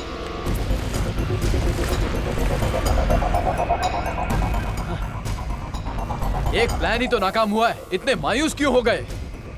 वो आज जिंदा है सिर्फ शंभू प्रसाद की वजह से, वरना उसे कब का जहन्नुम पहुंचा चुका होता मैं। लेकिन इस बार उसे कोई नहीं बचा सकता। काम तमाम कर दूंगा उसका। इस बार किसी भी कीमत पे वो जिंदा नहीं बचना चाहिए। हाँ हाँ। ये शैतान दिमाग सिर्फ चलता ही नहीं, घोड़े की तरह दौड़ता भी है। अब मेरे हाथों से नहीं बच सकता वो। तो शैतानी दिमाग से कुछ बता ना। हाँ बताता हूँ।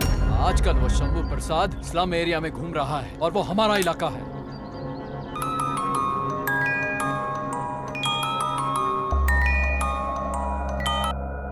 हेलो।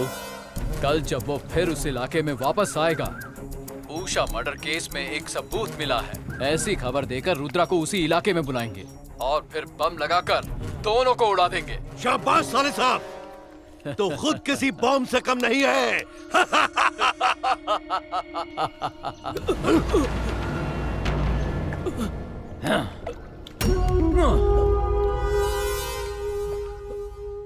शंभू, तेरा आदमी पकड़ा गया। सत्या प्लीज। शंभू, तू हमारे खिलाफ काम करेगा तो क्या हम खामोश रहेंगे? तुमने अपने आदमी को हमारा आदमी बनाकर बहुत बड़ी गलती कर दी।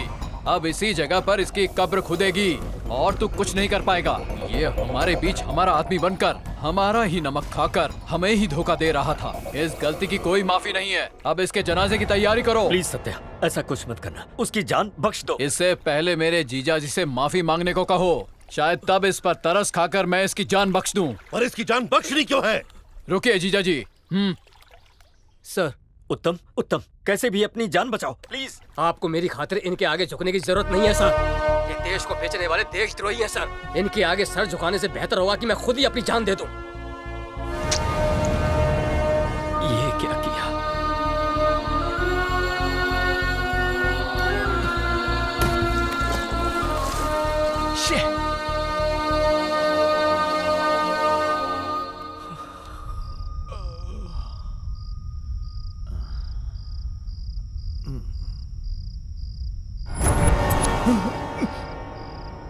उस फैमिली का पैसा लौटा दूंगा सर, मुझे आजाद कर दीजिए। उन पैसों में मुझे कोई दिलचस्पी नहीं है।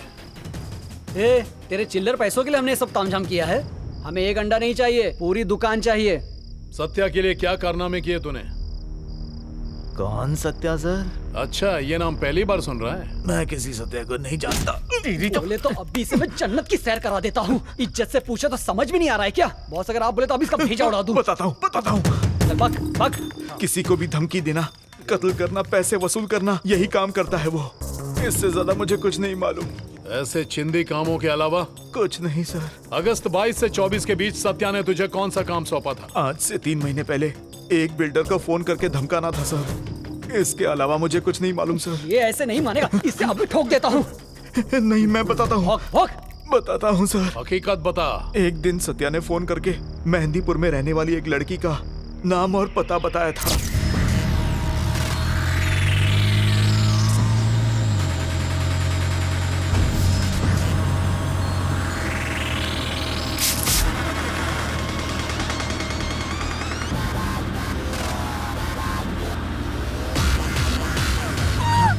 उस लड़की का नाम क्या था? उसका नाम संध्या है।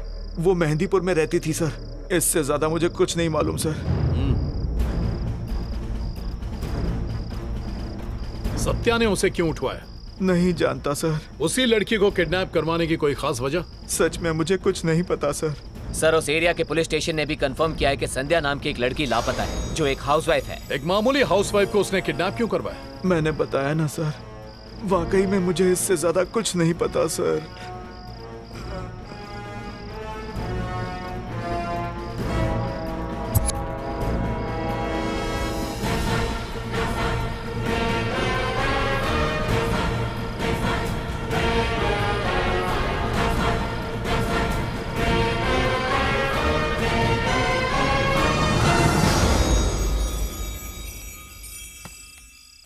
तुम क्या कर रही हो यहाँ? खाना लेकर के आई हूँ तुम्हारे लिए। सब मैंने अपने हाथों से बनाया है। खा के बताओ कैसा है। पाशा खाना लाने के लिए गया है। वो क्या लाएगा मैं जानती हूँ। तुम लोगों की बुरी आदत कभी नहीं जाएगी। जबान कुछ ज्यादा ही नहीं चलती। देखो, मुझे मालूम है तुम अपने काम में बहुत मशरूफ रहते हो, इस वजह से खाने पीने पर जरा भी ध्यान नहीं देते। मगर काम के साथ साथ खाना भी बेहद जरूरी होता है, तो इसलिए खाना लाई हूँ। पर मुझे नहीं खाना। ओ जनाब, कहते हैं अगर प्यार से दुश्मन भी खाना खिलाए तो इनकार नहीं करना चाहिए। अब चुपचाप बैठ जाओ। तुम खुद से आओगे या जबरदस्ती करनी पड़ेगी?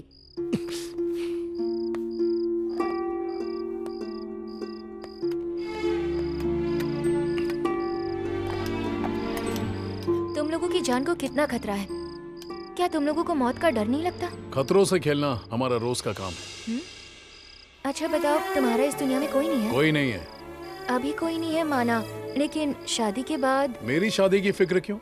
बल्कि तुम्हें तो अपनी शादी की फिक्र करनी चाहिए।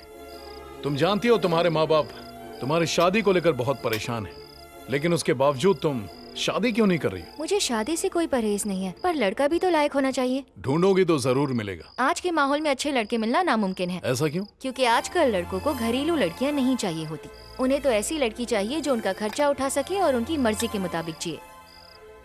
शादी सिर्फ दो इंसानों का मिलन नहीं, बल्कि दो परिवारों का मिलन होता है। इसी वजह से मैं शादी से कतराती हूँ। इसलिए जल्दबाजी से बेहतर है इंतजार करना, क्योंकि गलत शख्स के साथ बिताया हर लम्हा एक उम्र सा भारी लगता है।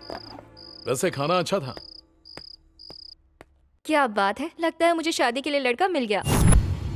ए वकील, उस कमिश्नर से बात करो और पता करो कि राकेश को कहाँ छुपा कर रखा है। मैं दिल्ली जाकर पार्टी प्रेसिडेंट से मिलकर होम मिनिस्टर से बात करवाता हूँ और इस केस से रुद्रा को हटवा देता हूँ। अब बहुत जल्द सीएम के तौर पर मेरा नाम अनाउंस होगा। साले साहब, पिंजरे के शेर को आसानी से खत्म कर सकते हैं, लेकिन घायल शेर को चालाकी से मारना पड़ता है।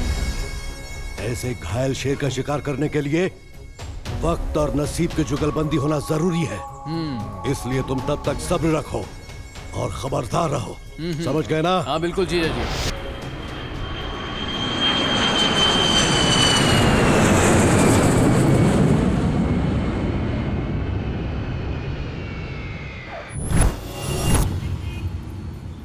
बालकृष्णा, तुम्हारा वक्त अभी खराब चल रहा है। ऐसे माहौल में तुम्हें सीएम पद के लिए नॉमिनेट करना नामुमकिन है।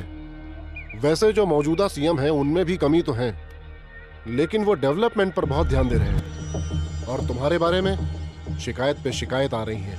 अब मैं क्या करूं? विजय साहब, एक बार होम मिनिस्टर साहब को फोन करके इस केस से रुद्रा को हटाने की गुजारिश कर दीजिए प्लीज। कैसी बात कर रहे हो? सबकी नजर हमारी सरकार पर है और विपक्ष भी हमारी सरकार को गिराने के पीछे एक छोटे से मौके का इंतजार कर रहा है। तो ऐसे हालात में ठीक है, मुझे क्या करना मैं जानता हूँ। कम से कम एक मीटिंग तो फिक्स करवा दीजिए। मैं तुम्हारी कोई मदद नहीं कर पाऊंगा, मुझे माफ कर दो।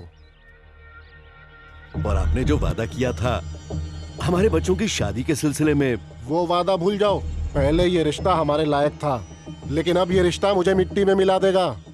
अब तुम ही बताओ मुझे, ये रिश्ता मैं कैसे कर सकता हूँ? अब मैं चलता हूँ।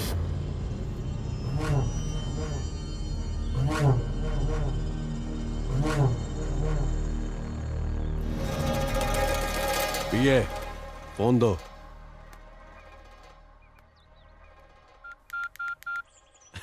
जीजा जी, दिल्ली की क्या खबर है? खुशखबरी है ना? खुशखबरी नहीं, मातम की खबर है।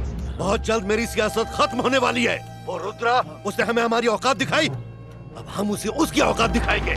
अब तुम्हें पूरी आजादी है। या तो वो इस केस को छोड़ेगा या फिर उसे ये दुनिया छोड़ के जाना होगा। आप वो सब मुझ पे छोड़ दीजिए। आपके यहाँ आने से पहले मैं उसको ठिकाने लगा दूंगा। माजरा क्या है बॉस? उस रुद्रा को अपना खौफ दिखाने का वक्त आ गया है। पता करो वो कहाँ मिलेगा। भाई उसके दफ्तर पर निगरानी रखिए, वो काम पर नहीं आया है। अच्छा, अगर सांप का शिकार करना है तो उसे बिल से बाहर निकालना पड़ेगा। उसने मेरे आदमी को इतनी आसानी से पकड़ लिया, मतलब कोई है जो उसकी मदद कर रहा है। पर इस शहर में कौन ऐसी जरूरत करेगा? कौन है जिसे अपनी मौत का खौफ नहीं? बताओ मुझे। भाई, आजकल वो एक साधारण से परिवार के घर बहुत आता जाता है। चलो गाड़ी निकालो। हेलो रुद्रा, मुबारक हो। आखिर किस लिए सर? तुम केस को जैसे हैंडल कर रहे हो उसके लिए। अब बालकृष्णा को तुम्हारा खौफ सताने लगा है। मालूम है तुम्हें, वो इस केस से हटाने के लिए दिल्ली के चक्कर काट रहा है। उसे पूरी उम्मीद थी कि वो अपने पॉलिटिकल पावर से तुम्हें हटवा देगा, पर हुआ उल्टा। उसी के पार्टी वालों ने उसे ठेंगा दिखा दिया। सर, मेरे काम करने का अपना ही एक अलग अंदाज और अलग तरीका है। अगर रास्ते में रुकावट आई तो मैं उस रुकावट को हमेशा के लिए खाक में मिला देता हूँ। वो चाहे जितनी भी कोशिश कर ले, मुझे मेरे मकसद में कामयाब होने से कोई नहीं रोक सकता। बहुत खूब, क्या बात है रुद्रा, कीप इट अप। जय हिंद सर।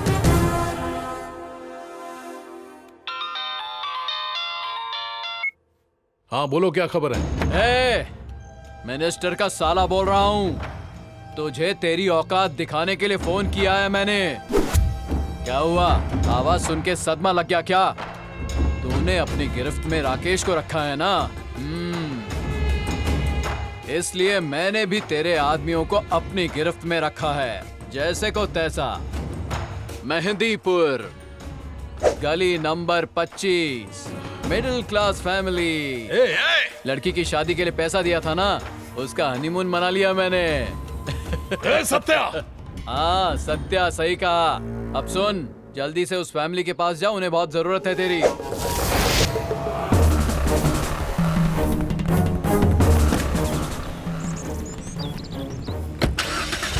मेरे बगैर कहाँ जा?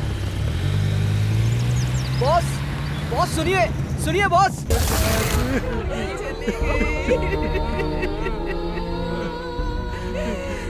मेरी तो एक ही औलाद थी, भगवान ने मेरे साथ बहुत बुरा किया। भाई वो घर है। ए आ जाओ। ए बुढ़े, ये कौन हो तुम लोग? यहाँ क्यों आए हो? क्या काम है? अरे मैं तुमसे पूछ रहा हूँ, जवाब तो दो। इसी लड़के के चक्कर में आता है। आखिर यहाँ आए क्यों हो? हौसला रखिए, भले ही आपने बेटी खोई हो, पर आपका बेटा अभी जिंदा है।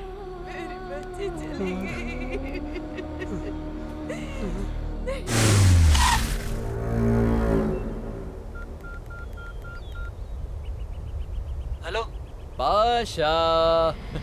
तुम्हारा बॉस गुजर गया। तुझे पता है, राकेश की जानकारी देके तुम्हारी मदद करने वाली दीपिका को मैंने किडनैप किया है। अगर उसकी जान बचाना चाहता है तो दरगाह के पास वाले पहाड़ पे आ जा, मैं इंतजार कर रहा हूँ। अब तेरे बॉस तो उसे बचा नहीं सकते, इसलिए तू ही आके बचा ले। अगर वक्त पे नहीं पहुंचा तो उसको बूम बूम करके उड़ा दूंगा। ए, तेरी गोली मिस हो सकती है, पर मेरा बॉम्ब कभी मिस नहीं होता। बॉस, बॉस, बॉस, बॉस कहाँ हो आप? बॉस, पकड़ो से। रुक जा, पकड़ो से। बचा नहीं जा सकता हमारे हाथों से। रुक जा। आ जाओ, आ जाओ। चलो इसको पीछा कर। चलो चलो चलो, जल्दी चलो, जल्दी चलो।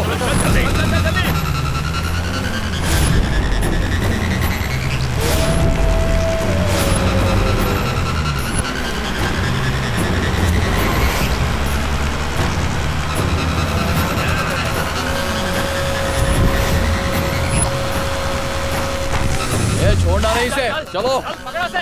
चलो आ जाओ, आ जाओ। नहीं छोड़ेंगे उसे। रुक, कहाँ भाग रहे हैं? तो तू गया। पकड़ो से। भाग रहा है इसका। रुक, देगा नहीं तो। रुक जा। पकड़ो से। बच के जाने ना भाई। पकड़ो। रुक जा। उधर जा। रुक।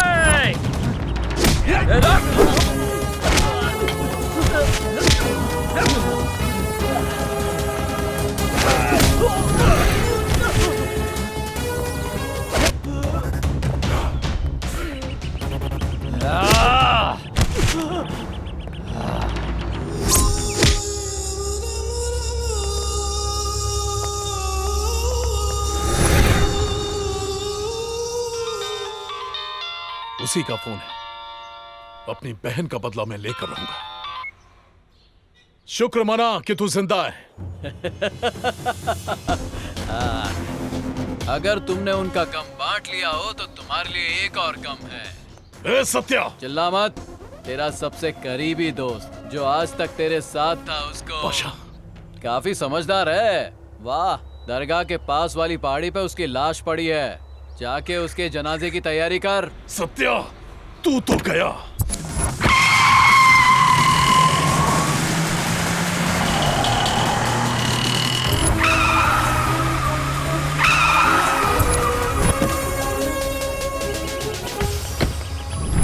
बादशाह, बादशाह, बादशाह, बादशाह, बादशाह,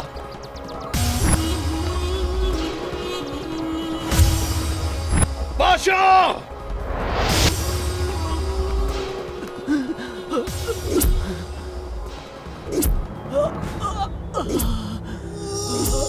बादशाह, बॉस।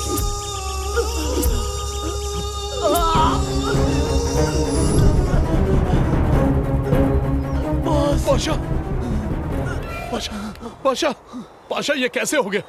बॉस, आपको कुछ नहीं हुआ ना? मेरी फिक्र छोड़, ये बताओ तुम यहाँ क्यों आए? सत्या ने मुझे फोन पे धमकी दी कि वो आपकी जान ले लेगा, इसलिए मैं यहाँ आया था, पर उसने मुझे ही चल हॉस्पिटल चलते हैं, कुछ नहीं होने दूंगा तुझे, बस हिम्मत रख। क्या आप मुझसे एक वादा करोगे? जिसने मुझे धोखा देकर मारा है, आप उसे जिंदा नहीं छोड़ेंगे। एक को जमीन में गाड़ दूंगा। और आपको मेरी एक ख्वाहिश पूरी करनी होगी बॉस। आप उस डॉटर ऑफ मिलिट्री से शादी करेंगे, वादा कीजिए। ये सब क्या? तुझे कुछ नहीं होगा पाशा, कुछ नहीं होगा पाशा।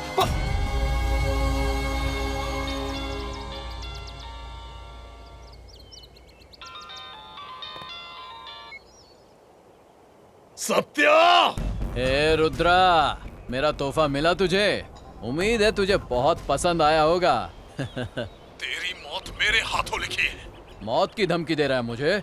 तुझे तेरे बिल से निकालकर तुझे दफन करने के लिए ही तो ये गेम खेल रहा हूँ मैं। खेल की शुरुआत भले ही तूने की, पर इसे अंजाम मैं दूंगा। सांप के डसने से कोई बच सकता है, शेर के पंजे से भी कोई बच सकता है, लेकिन रुद्रा के वार से बचना नामुमकिन है। No chance. चांस की जरूरत तुझे है। तेरे लिए एक बहुत ही खूबसूरत तोहफा ला रहा हूँ मैं खुद तुझे उस तोहफे का दीदार कराने वाला हूँ। कीड़े की तरह मसल दूंगा तुझे। ऐसा है क्या? तो फिर आजा आजा आजा आजा आजा। जी कहिए सर। सावधान रहना। Got it sir. अनजान आदमी को देखते ही उड़ा देना। बिल्कुल सर। कौन हो तुम और बिना इजाजत अंदर कैसे आ गए? मैं पुलिस को फोन करूंगी।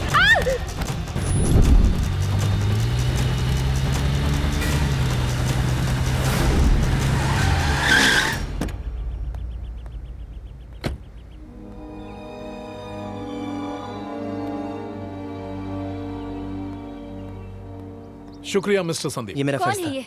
बाल कृष्णा का बेटा। बाल कृष्णा का बेटा? सही उषा पहचान। को इंसाफ दिलाना ही मेरी ख्वाहिश है। चलो फौरन गाड़ी में बैठो। अरे पाशा, ये पाशा को क्या हो गया? इसे किसने मार दिया? जिसने भी इसे मारा है, इससे भी बुरा हश्र मैं उसका करूंगा। चलो।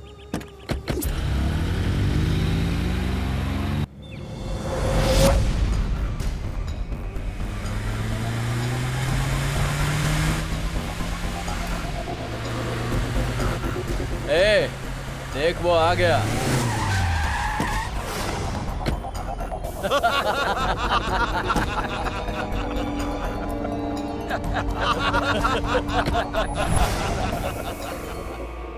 ए सत्या, तू किसी तोहफे की बात कर रहा था ना? कहाँ है वो तोहफा? दीदार नहीं कराएगा? अरे कहाँ मर गए वो लोग?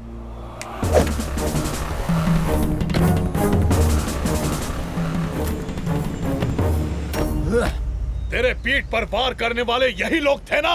अब मैं इनकी छाती पर वार करूंगा। जो वादा किया था अब उसे पूरा करूंगा।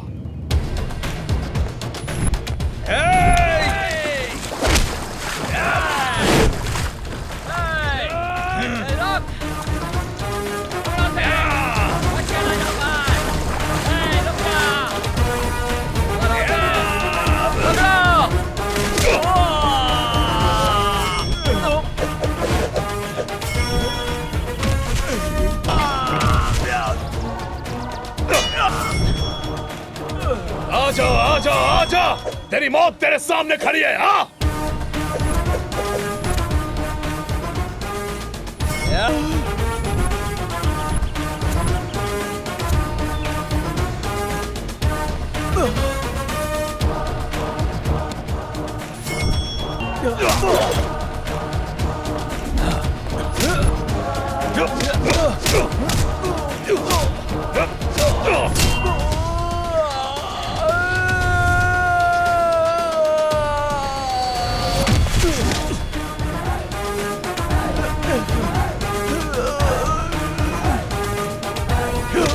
एक पुलिस वाले को ललकारा था इसने, अब इसकी औकात इसे दिखा दे। पाशा, अपना जूता इसके सिर पर मार, मार इसके सिर पर और दिखा दे इसकी औकात। निकल गई एकड़ी।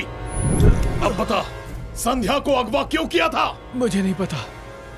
मेरे जीजा जी ने कहा था उस लड़की की जरूरत है, इसलिए राकेश उस लड़की को ले गया। उसके बाद मैंने उसके साथ कुछ नहीं किया। जीजा जी ने जो जगह बताई थी मैंने उस लड़की को बस वहां पहुंचा दिया।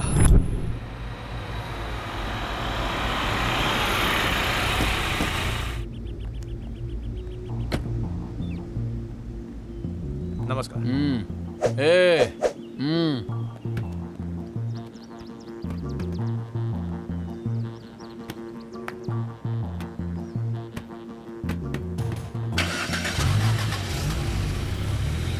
फोन लगा, उस डॉक्टर से बात कर। नमस्कार सत्या भाई। हाँ हाँ, कहाँ हो? हम अभी शालीमार रेस्टोरेंट में हैं। ठीक है, मैं आ रहा हूँ। कितने वक्त में आएंगे आप? बस कुछ ही वक्त में पहुँच जाऊंगा। ठीक है भाई। जय हिंद सर। आदित्य सर, तुम लोग पाशा को लेकर जाओ। Okay sir. किसे फोन कर रहा है? अपने जीजा जी को। ये तकलीफ तू मत उठा। सर, सत्या जी का फोन है। लाओ इधर। साले साहब, गुड न्यूज सुनाओ। बैड न्यूज बाल कृष्णा, सत्या मेरी गिरफ्त में। सर सन्नाटे में क्यों चले गए? कहीं उनका साला मर तो नहीं गया? लगता है मरा नहीं है, चेहरा बता रहा है। सत्या जरूर रुद्रा के चंगुल में फंस गया है। कोई बुरी खबर है क्या? अब इससे बुरा क्या होगा वकील? जो नहीं होना था वो हो गया। सत्या रुद्रा की गिरफ्त में है। तो इसमें परेशान क्यों हो रहे हो? अरे परेशान ना हूं तो क्या जश्न मनाऊं? इन तमाम मुसीबतों की जड़ तू है। मैंने पहले कहा था रुद्रा को खत्म करो, पर तूने मुझे ऐसा करने से मना कर दिया। अब खुद ही वो एक एक करके मेरे सारे करीबियों को खत्म कर रहा है। मुझ पे इल्जाम लगाने का क्या फायदा? उस होम मिनिस्टर को धमकाओ।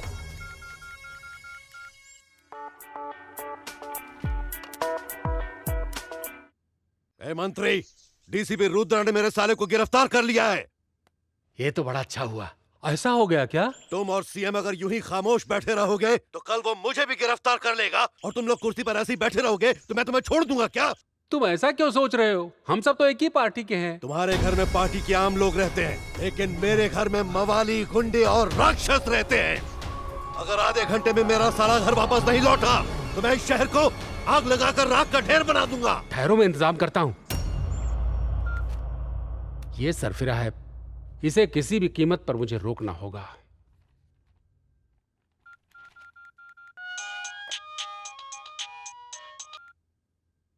Good evening sir. अरे क्या गुड इवनिंग? हमारे राज्य में आग लगने वाली है। क्या हुआ सर?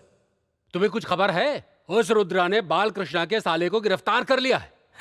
ये तो खुशी की बात है सर। खुशी की बात तो है, लेकिन हमें खबरदार भी रहना होगा। रुद्रा को भी थोड़ा काबू में करो। रुद्रा को? और नहीं तो क्या, उसकी वजह से कहीं बाल कृष्णा ने शहर में तबाही मचा दी तो? ठीक है सर, मैं उसे रोकता हूँ।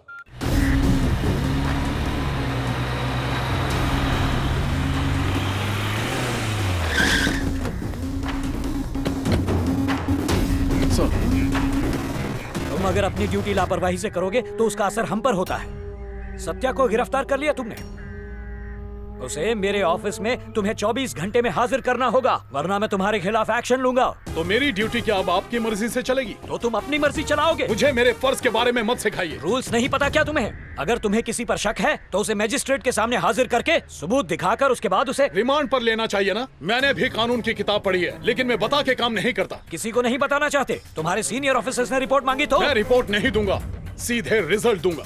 कभी कभी कानून के दायरे में रहकर अपराधियों को सजा दिलाना बहुत मुश्किल होता है, इसीलिए मैं अपने तरीके से उन्हें जड़ से खत्म कर देता हूँ। तुम्हें पता है ऐसी गलतियों से हमें नुकसान उठाना पड़ता है।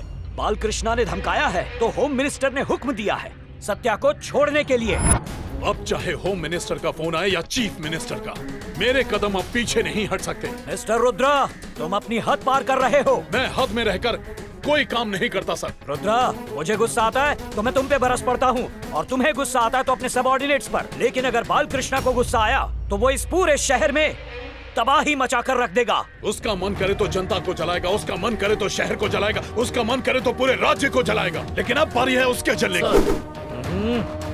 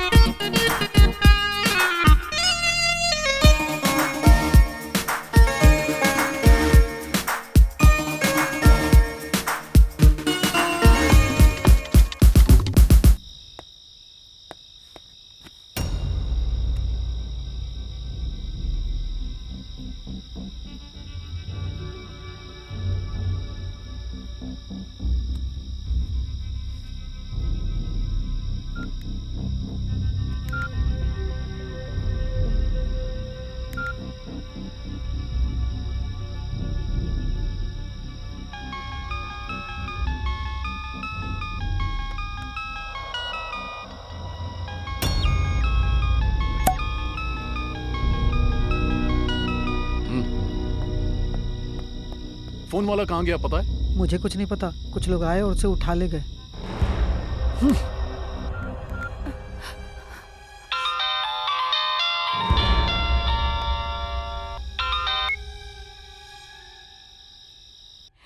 हेलो रुद्रा जी, मैं बालकृष्णा की बीवी जानकी बोल रही हूँ। देखिए, मेरे बेटे की इसमें कोई गलती नहीं है। जो कुछ भी किया है वो मेरे पति का किया धरा है।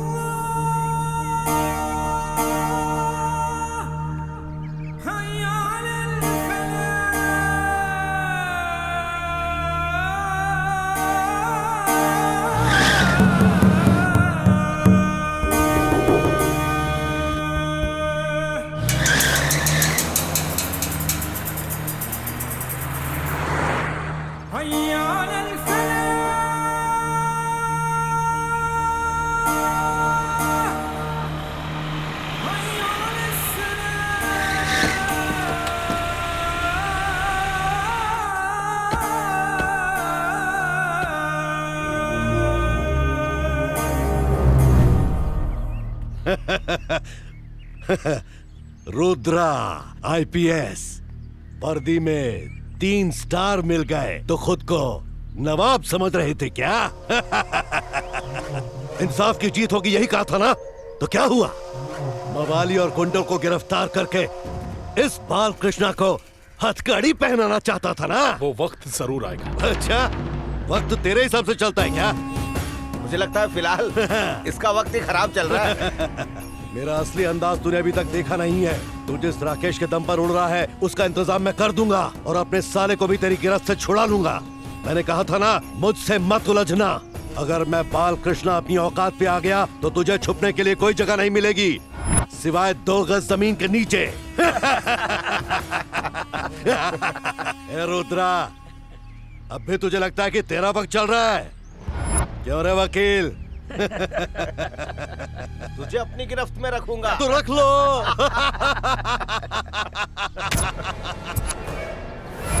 कत्ल का केस बनाऊंगा। तू बना लो। हाँ? ऐ, तेरे साले को अरेस्ट किया है मैंने। कर लो। इसकी शक्ल तो देखो, गुस्से के मारे जैसे खून ही पी जाएगा। कंट्रोल, अपने गुस्से को काबू में रखो रुद्रा, तो हमारा कुछ भी नहीं बिगाड़ सकता।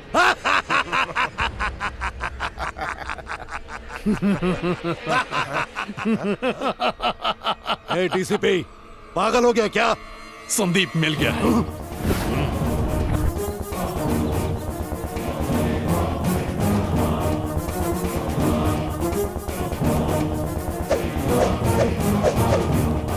ए वकील, तेरे घर में रहने वाला मेरा बेटा, इसके हाथ कैसे लग गया? जरा रुको। हेलो लक्ष्मी। हाँ जी, फरमाइए। घर में ही है ना संदीप? वो तो कब का गया। अरे क्यों भेजा उसे बाहर? मैं उसे भेजने वाली कौन हूँ? उसकी माँ ने उसे शिव मंदिर में बुलाया था किसी पूजा के सिलसिले में। उसकी माँ के बुलाने पे वो गया? सर, मैंने आपको आगाह किया था ना कि उसका सीएम से भी ज्यादा नेटवर्क है। सुनो, उसे संदीप मिल भी गया ना तो कोई खास फर्क नहीं पड़ने वाला है और राकेश और सत्या से उसे कुछ हासिल नहीं होने वाला। असली गवाह तो हमारी कब्जे में है ना। ये उस भोला को फोन करो। अरे जाने मन, तू जिगर का अरे टुकड़ा छोड़ना, है। यही डायलॉग कितनों को मारता है तू। अरे तेरे जैसी बात काहे किसी में है? अरे इस वक्त किसकी मौत आई है? साहब का फोन है। कहाँ गायब है तू? कहीं नहीं साहब, डॉक्टर के पास ही हूँ। डॉक्टर से बात करा।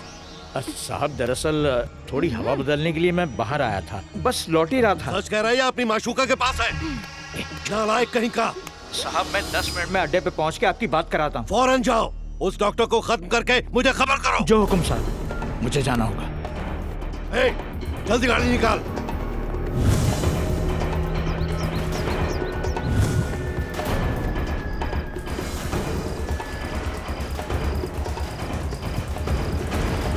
ए बेवकूफ, तेरा दिमाग खराब हो गया है क्या?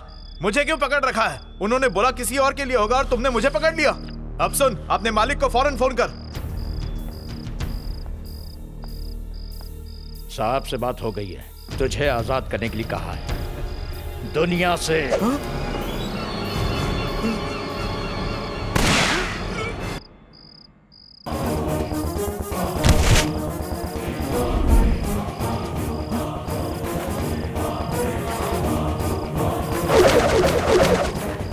लोगों की जान बचाने वाला जब खुद कातिल बन जाए तो उसके साथ क्या करना चाहिए? बता, तूने संध्या के साथ क्या किया था? जल्दी बता। हमने उषा के डीएनए की जगह संध्या की बॉडी के डीएनए से बदल दिया।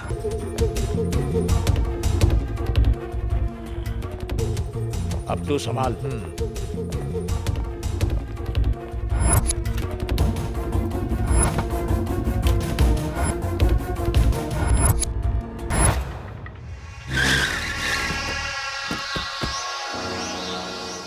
जानकी, जानकी,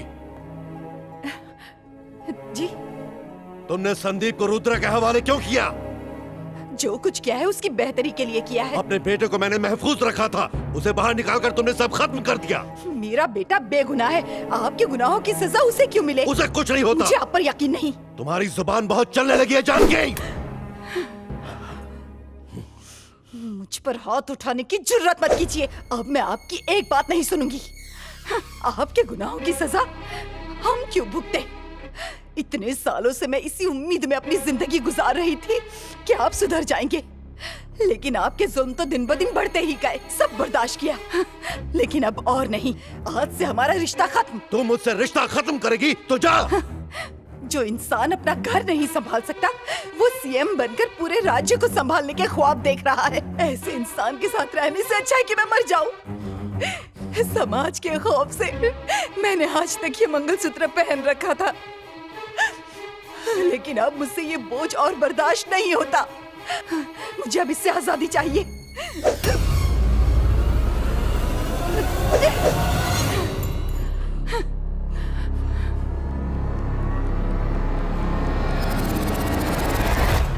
वो तो चली गई। अरे जाती है तो जाने दो, इसके रहने का फायदा भी क्या है? ए पीए, क्या है? फोन करके पता करो कि भोलाराम ने काम खत्म किया या नहीं। आप ही कर लीजिए सर। क्यों रे वकील, क्या बक रहा है ये? अगर मैंने खुद को अब नहीं बदला तो कभी इंसान नहीं बन पाऊंगा सर। भूल मत, तू सिर्फ एक नौकर है और मैं तेरा मालिक हूँ। हाँ सर, माना कि मैं एक पीए हूँ, लेकिन जो भी हो मेरा एक घर है। घर पे इंतजार करने वाली एक बीवी है, औलादें हैं जिनसे मुझे मोहब्बत है, और आप मिनिस्टर होकर भी बिल्कुल अकेले हैं। चलता हूँ सर। जा, तू भी छोड़ जा, तेरे बगैर मेरा काम नहीं रुकेगा। ए वकील, उस भोला के नंबर पर कॉल लगा। अगर आप चाहे तो ये बात मैं कोर्ट में भी सबके सामने कबूल कर सकता हूँ सर।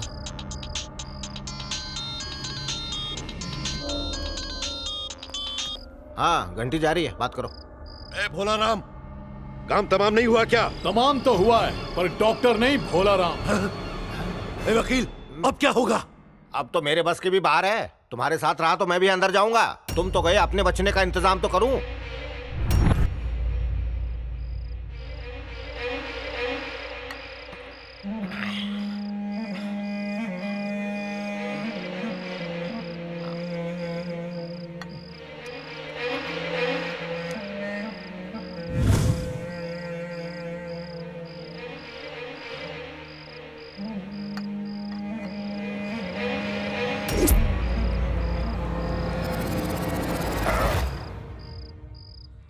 रुद्र, यहाँ क्यों है? तुमसे मिलने।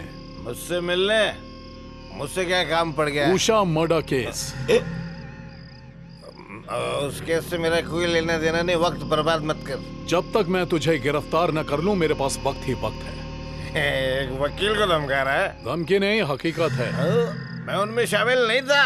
किया धरा तो तेरा ही था ना। सबूत क्या है? सब रिकॉर्डेड है। उस भोला का स्टेटमेंट ना? स्टेटमेंट नहीं, तेरी वीडियो रिकॉर्डिंग है। हो ही नहीं सकता। तू सपने में भी नहीं सोच सकता मैंने क्या प्लान बनाया। Same age, same blood group जो उषा का था ना, वैसी 3 महीने की प्रेग्नेंट लड़की को लाकर उसका डीएनए बदलवा दिया था मैंने, ताकि बालकृष्णा को मैं बचा सकूं। क्या रिकॉर्ड किया बाबा जी का ढुल्लो। गुनाह कबूल करने के लिए शुक्रिया।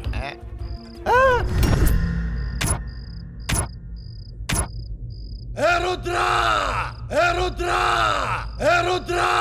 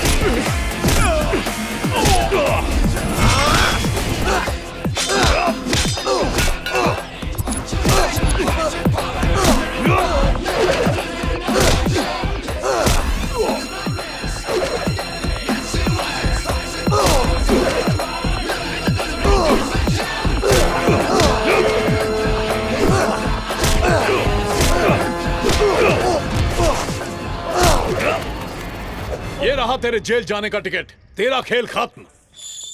ए वकील, तू यहाँ कैसे? आजा आजा, तेरा इंतजार था। तू वकील होके गिरफ्तार हो गया? अरे प्लान मैंने ही बनाया तो गिरफ्तार भी पहले मुझे ही करेंगे ना वो। तो पहले ही बेल लेके रखना चाहिए था ना। सोचा तो मैंने भी यही था।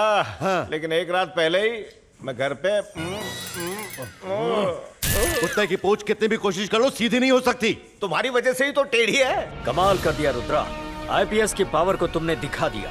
देश को तुम्हारे जैसों की ही जरूरत है। मैंने तो सिर्फ अपना फर्ज निभाया, मगर समाज में आप जैसा देशभक्त चाहिए। सही कहा। अगर पुलिस और पॉलिटिशियन अपना फर्ज सही ढंग से निभाएं, तो मुल्क बुलंदियों को छुएगा। जय हिंद।